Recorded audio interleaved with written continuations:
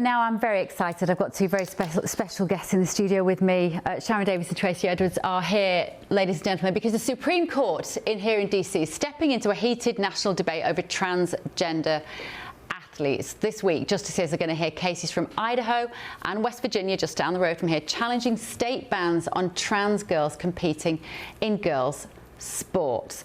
Sharron Davies, ladies, can I just touch you both?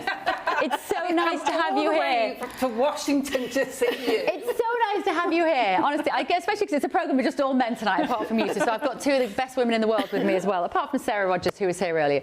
Right, Sharron, just explain why you're here and what these cases are about tomorrow. Okay, so there is the Supreme Court, the biggest court in the States, is basically seeing and hearing oral evidence tomorrow in two cases, one from West Virginia, one from Idaho. Now, West Virginia and Idaho have actually defended women's sport and had protected women's sport. And then the ACLU, which is a little bit like the UK's version of Stonewall, came along and decided that they were going to challenge them and say that they couldn't do that. So what this is tomorrow is that challenge. And then there are women's groups from all over America that are going to be there tomorrow, including the likes of, Riley Gaines as well. And then we've come, with the Women's Sports Union all the way from the UK to support them because they asked us to, because we believe it's really important. And the vast majority of the general public agree too, even here in America, 70%, think that women's sports should be protected. And Tracy, you famously skippered the first all-female crew, didn't you? In 1989, was it, in the Whitbread Round the World race?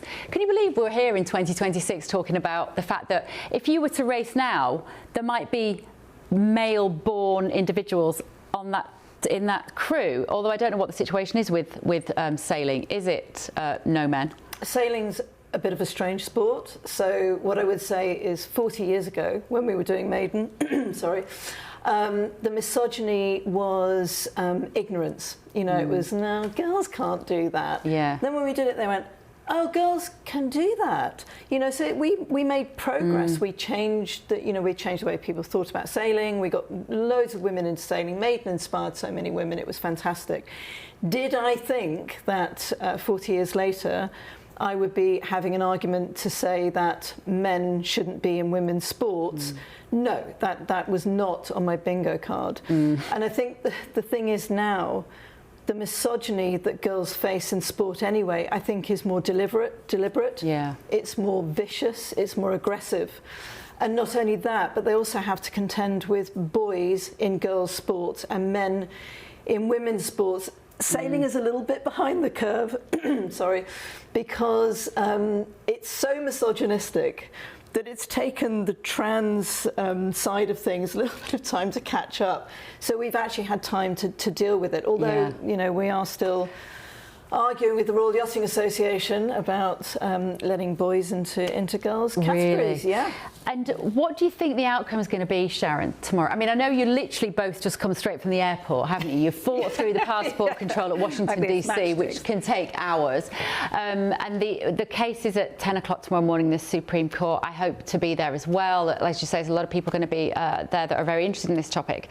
What do you think the outcome is going to be? And will it make a difference that President Trump is the president? Yeah, absolutely. And there is a thing in the States called Title IX, and that was actually put together in 1972, and that was to stop sex discrimination in sport. And the first thing he did when he came into office was to say, right, sex means biological sex, and therefore Title IX means that, and you will not get federal funding if you don't apply that the way that it should be, which is to protect biological sex. And that was in what year? Well, that was when he first came in. So it's 1972 was when the Title IX was actually created, way back, and it's been a brilliant, law that's protected. Yes, absolutely.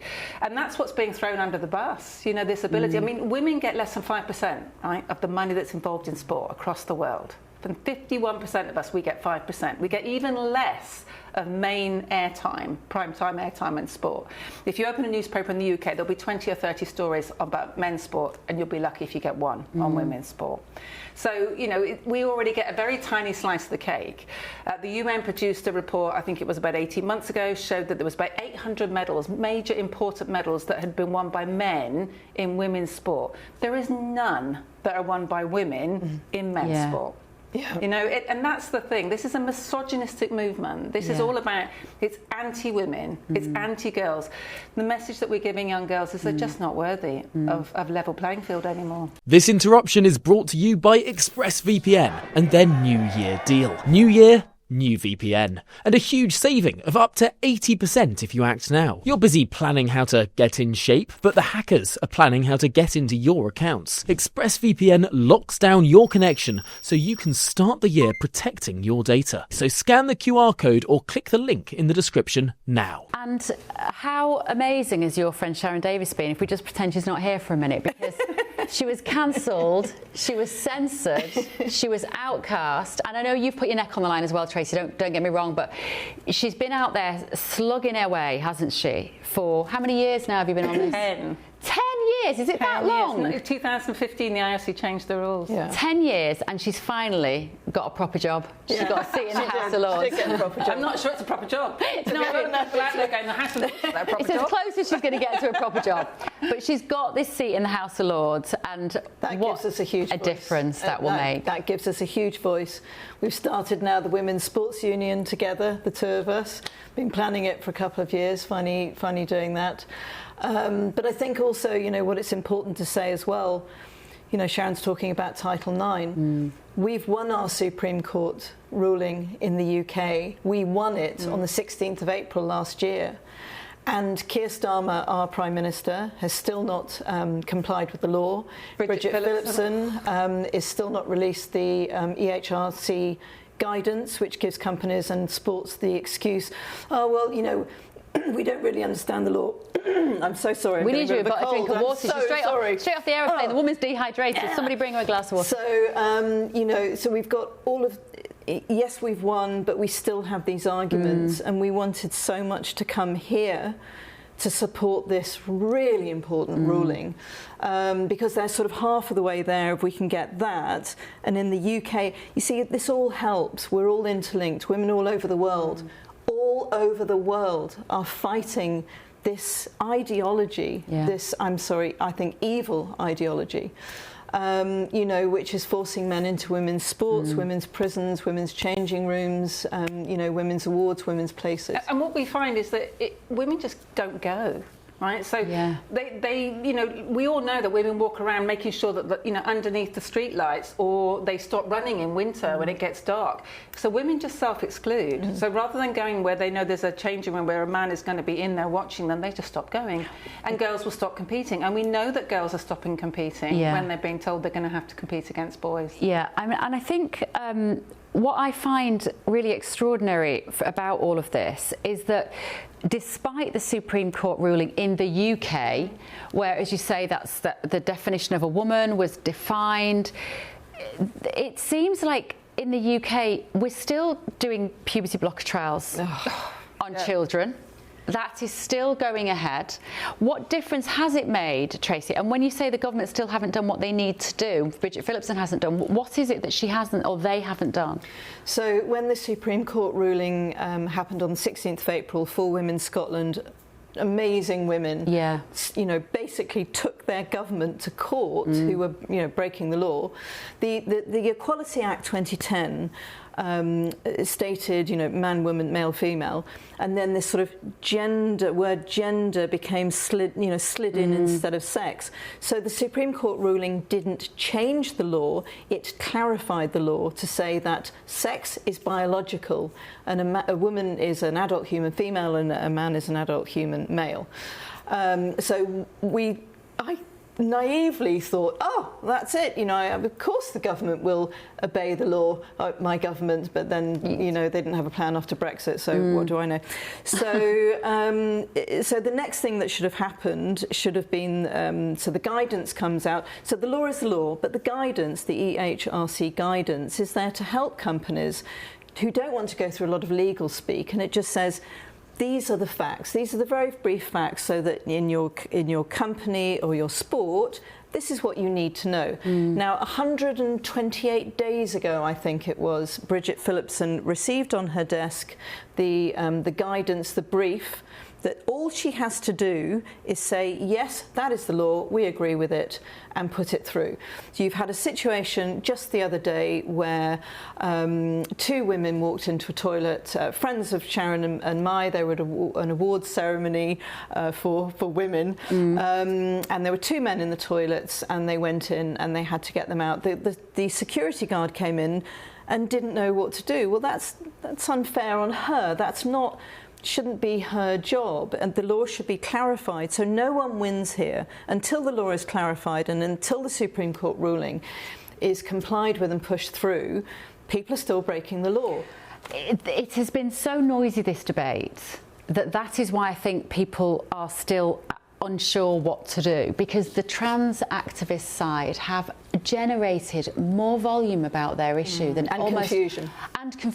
Actually, they've kicked sand in everyone's eyes, haven't they? And it's been a very, very effective tool and they of propaganda. silence people by name calling. Yeah. So what happens is people get very frightened to speak out. Yeah. And those people that are running those leisure centres and those young girls that are on the desk at the local private leisure centre, they don't know what to do. They are scared as well. And so that's what the government should be doing, is clarifying this so everybody knows the situation. There is space to create some neutral spaces, but what we must do is turn around and say that there are female spaces and there are men's spaces, and where we've got the opportunity to create neutral spaces or additional spaces, then let's do it. But we mustn't keep throwing women and girls under the bus, which is what we're doing. This phrase, "you were born in the wrong body," has become so brilliantly catchy that any teenager will tell you that's a fact now, that you could be born in the wrong body. And just to be clear, because what a thing to tell a child. What a thing to tell a child, that you can hate yourself that much that you can want to change your gender. That you're born wrong. But it's horrible. It's a horrendous thing to tell and I believe that the trans girl in this case tomorrow transitioned in 3rd grade here, which I think is 9 years old, that is in court tomorrow. Just to be clear, though, you personally, both of you, do not have a problem with somebody in the individual space of their own life wishing, as an adult, to live in the opposite gender to which they were born. Do whatever you like. Yeah. But if you are a male, you compete in a male category. If you're a female, you compete in the female category. And I'm sorry, and this might be controversial, but a child of 9 years old still thinks they might be a dragon or or put on dressing up, and I feel and also statistics tell you that the majority of these children are vulnerable kids. They're kids that are either gay, they're autistic, they have the autism levels are off the scale. And kids that are from care homes, 4 times as many children from care homes will identify as trans. 4 times. Wow. So why are we not doing documentaries about that? Why is the BBC Panorama not doing a documentary about that rather than... The other thing is, of course, the role that the parents are playing. Often, weirdly, bizarrely, it's the mothers in these situations. There used to be a thing called Munchausen's by proxy. What happened to Munchausen's by proxy, where you would take your child and say they need their appendix removed and they don't, or whatever it might be, or say that your child is ill? Well, maybe it's just morphed into something else because that's disappeared.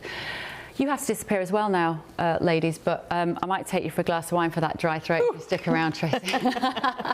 Tracy Edwards, Sharron Davies, thank you so much for joining me.